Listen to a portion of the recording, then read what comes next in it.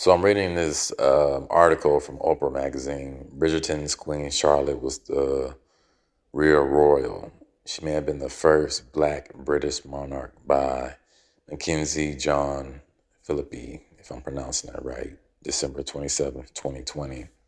Now, we live in the age of information, okay? There's books out there from David McRitchie, a European scholar in the 1800s. You got Dr. John L. Johnson, Negro Rulers of Scotland and the British Isles. You have Mr. I think his name is Boyd Dawkins, another scholar, white scholar. And these people tell the truth that the ancient civilizations, the Celts, the Gauls, the Picts, the original Britons, they were all dark-skinned people of color, which you would call Black today. So for this woman who is, I don't want to say melanated, but she's carbon rich, she just sells herself short on this article that she just wrote saying that Queen Charlotte may have been the first Black British monarch. And it says, I'm not going to read I'm not going to read the whole article, but it's just crazy how we live in this time of vast information. And yet you still have these you still have these small-minded people that don't read any books, don't fact check, and then they make statements like this to the people who don't actually read anything or don't study history or don't know nothing about their own history. You know, and it's sad, and it's just like they can put anything out, on the internet. They can change the pictures. They've been doing that for a long time. Okay. Queen Charlotte may have been the first Black British royal, which is a lie. The theory that Queen Charlotte may be the first mixed race or Black British royal begins with the genealogical research of historian Mario de Blaise y Combe, who began his studies in 1967, according to the Washington Post. But like I said, this is in the 1960s. There's people in the 1800s that already did more research, exclusive research. But I forgot we live in a modern era, so some people only go back to the 1900s. Queen Charlotte's wife of English King George III, 1738 through 1820, was directly descended from Margarita de Castro y Soso, a Black branch of the Portuguese royal house. Okay, it's in that book. I had another video about that. Now this is what kind of pissed me off. Let me see. Okay. Despite Vaidez's research that features outdated and offensive language, other historians dispute his findings. The word blackamoor in Shakespeare's time meant Muslim. That is a lie. Blackamoor just means Moor, which just means Niger, which just means black, negro. It don't mean no Muslim. You see, University of Pennsylvania professor Anna Lumba told the Philadelphia Inquirer, it doesn't mean black necessarily. Moor could be white from North Africa. See, now that is an opinion, a theory, and a lie. Okay, because if you look at the etymology of the word blackamoor, Moor, Negro, it means black. You hear a lot of these people, you can go talk to the Moors, you can look on YouTube. It has nothing to do with being white from North Africa. And yeah, they like to put in Berber and that mixture, but those, no. Moor just means black. Let me see. I go back and forth between wishing I had actually written her in the books and then being glad I didn't, because I don't know if I could have done as good as a job, Quinn says. This is the actor that was portraying her in the show. Let me see. But this is all I wanted to comment on. I'm going to get my book. And the good thing about these books is they give you the sources and they give you where he was getting his information from. Because people have to really research the words and look into the etymology of certain things, because they use different words in different time periods. And throughout generations, centuries, people, especially the Indo-Europeans, they've changed the words. It's all about their white supremacy, but I call it white rulership because they're in their rulership right now. And as you can see, it's coming to an end. The truth is being told. So I'm going to start out with the Queen Matilda, the Scottish Queen Matilda, who was also called Edith or Maud, was the daughter of Malcolm III, the Saint Margaret of Wessex. 1080 through 1118 AD, the princess was placed in a covenant at the age of 6, but throughout her stay, she never took the oath of a nun, which gave her state rights to marry Henry I of England. During that matrimony, she gave birth to Matilda and William. Her daughter married Godfrey of Anjou and had 3 children, by which the oldest became King Henry II of England, the 22nd great-grandfather of Elizabeth II. Matilda Edith lineage is traced all the way back to Kenneth the Niger, or Dubh, who was a descendant of Kenneth McAlpin, Niger van Dubh, whose lineage is traced to Fergus Moor. Fergus Moor, who was the African Malaysian race, became the father of every Scottish ruler and a continuous line of English rulers through Matilda. Second, we have Catholic Queen Mary Tudor, was a daughter of Catherine of Aragon and Henry VIII, King of England. She succeeded her 16-year-old first cousin, Lady Jane Grey, in 1553 AD. Following her coronation, the Queen conducted major reforms and had many of Jane's old political advisors removed from their posts and burned at the stake.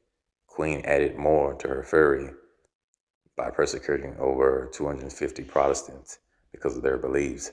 This behavior of Mary earned her the title Bloody Mary. The Venetian ambassador Giovanni Michael described Mary as having a beautiful complexion.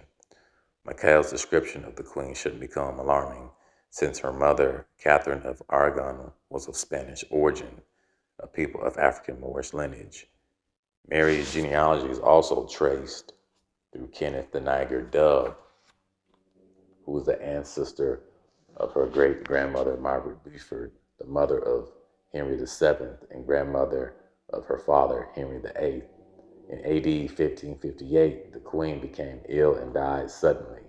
Her marriage to Philip II of Spain, who was not genetically white, but of African Moorish lineage, as what was of most black Spaniards, left her childless, thereby leaving to succession to her half-sister, her younger sister, Elizabeth.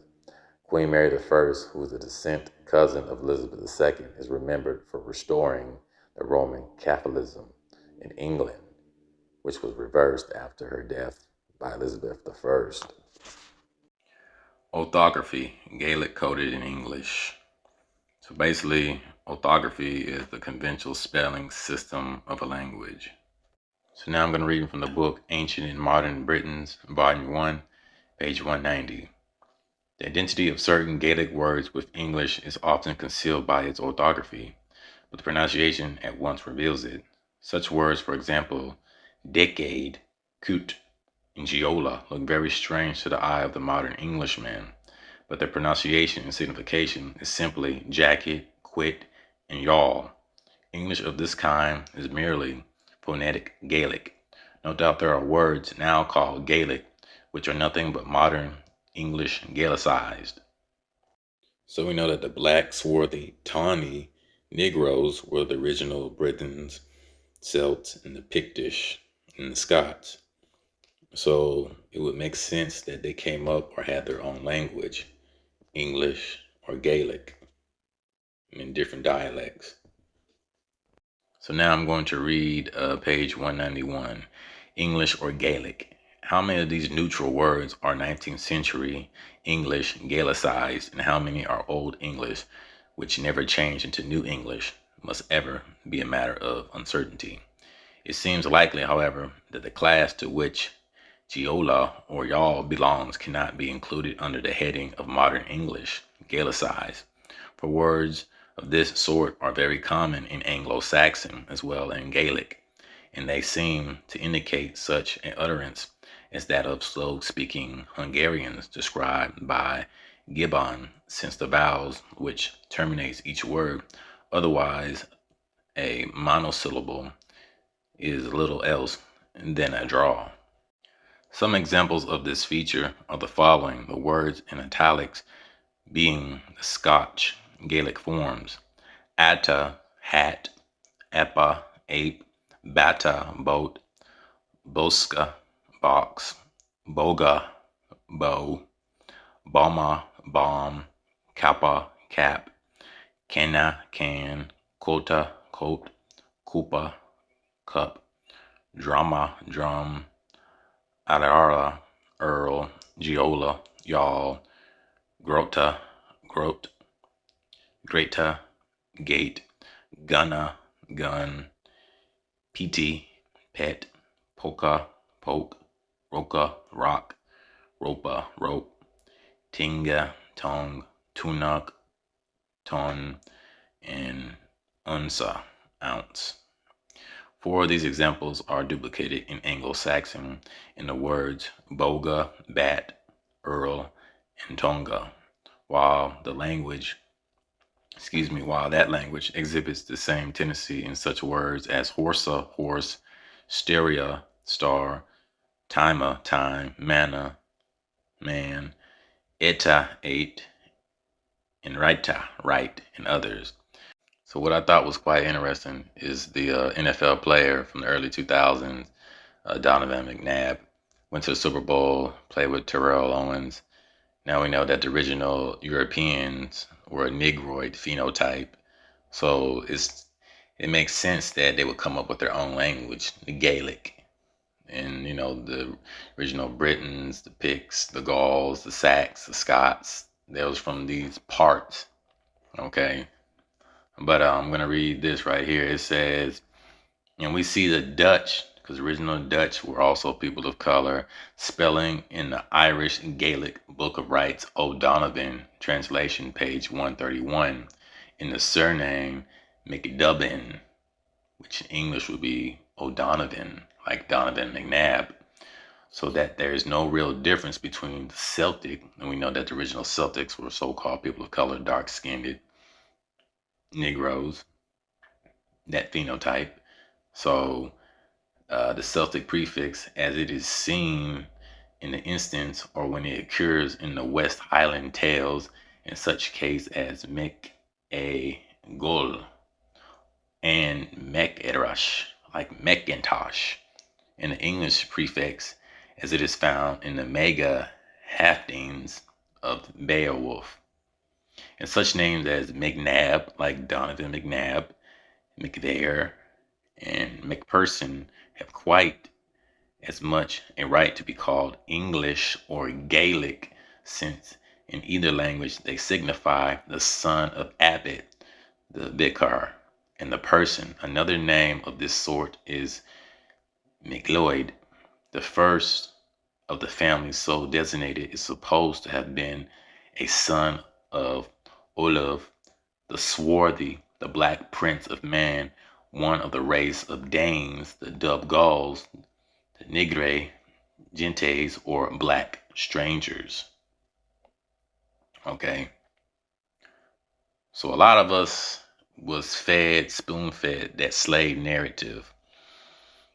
Now a lot of whites think that their names, surnames, their ancestors, the slave masters, gave us those names, when all in actuality, our people came up with those names from the skin complexions, not from no hair, which is a narrative, but from Brown, Douglas, etc.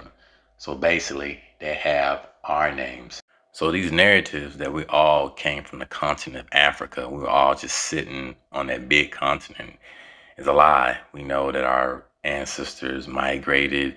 There was wars, there was migration, there was famine, there was plagues, slavery, a mixture of different ethnic groups, races, seed lines. But the original inhabitants of the earth were so-called black people, people of color. They still exist today. They just are lacking an identity, which we identify ourselves as black. But peace and shalom. I told you to go behind the words and dig out the truth. No. That's the name of the slave masters who own your family. I told you to go behind the words and dig out the truth.